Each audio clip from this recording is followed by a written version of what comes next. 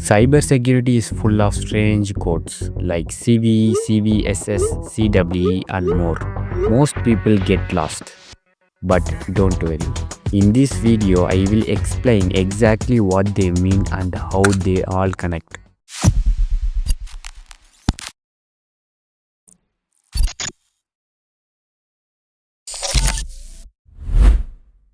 Every day, new security vulnerabilities are discovered in softwares and hardwares. Without a standard way to track them, the process would be chaotic. That's why the cybersecurity world uses CVE, stands for Common Vulnerabilities and Exposure. It's a unique ID given to a vulnerability so experts around the world can refer to it clearly. You may think, every vulnerability already has a name, so why an ID?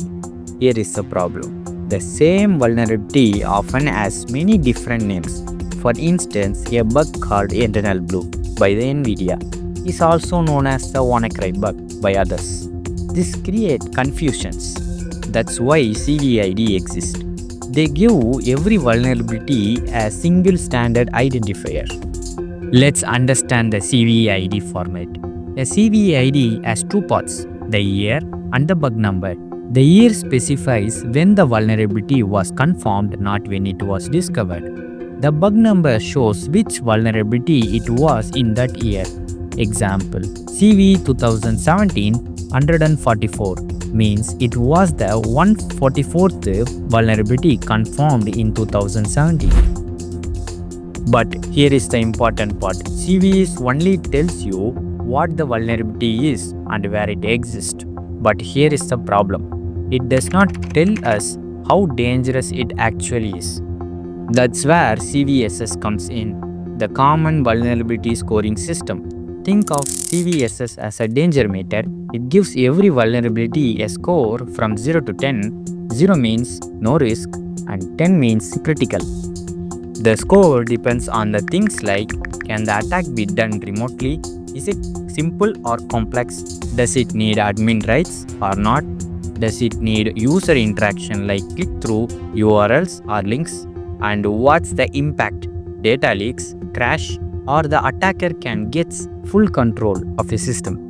The ranges are simple: 0.1 to 3.9 low, 4.0 to 6.9 medium, 7.0 to 8.9 high, 9.0 to 10 critical. Now we know what the bug is and how severe it is. But why did it happen? That's where CWE comes in, Common Weaknesses Enumeration. Sometimes vulnerabilities looks different, but they are actually caused by the same type of weaknesses in the code. For example, one bug might let you bypass a login form and another might let you steal session cookies. They are look different on the surface, but deep down, both are caused by the same weaknesses, improper input validation. Instead of tracking individual vulnerabilities like CVE, CWE tracks the underlying software weaknesses that lead to those vulnerabilities. So even if you don't fully understand every vulnerabilities, just knowing these weaknesses categories help you to write safer code and patch problems before they become CVE. But here is another question. Where actually does the vulnerability live? Is it in Windows 10 or Apache server or maybe in specific version of Chrome browser? That's where CPE, Common Platform Enumeration, comes in. CPE is like a standardized naming system for IT products. It tells us exactly which software, hardware or operating system are affected by this vulnerability. For example, CPE 2.3A Microsoft Exchange Server 2019.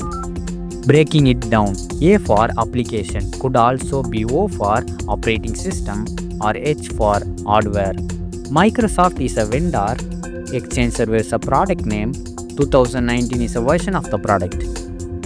So while CWE explained the weaknesses, CPE identifies the exact product and version where that weaknesses exist.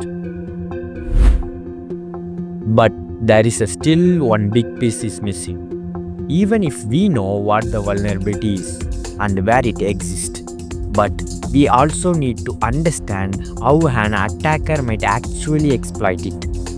And that's where CAPEC comes in. Stands for Common Attack Pattern Enumeration and Classification. Think of it like a catalog of attack blueprints. It describes the method hackers use to exploit these weaknesses. In other words, what are the attack methods, and it tells how the attack exploit this vulnerability. For example, CAPEC might describe how SQL injection attacks typically work. So next time you see a CVE ID online, remember, it's not just a random number. It's a part of much bigger ecosystem that helps researchers, developers, and security teams fight to the vulnerabilities faster.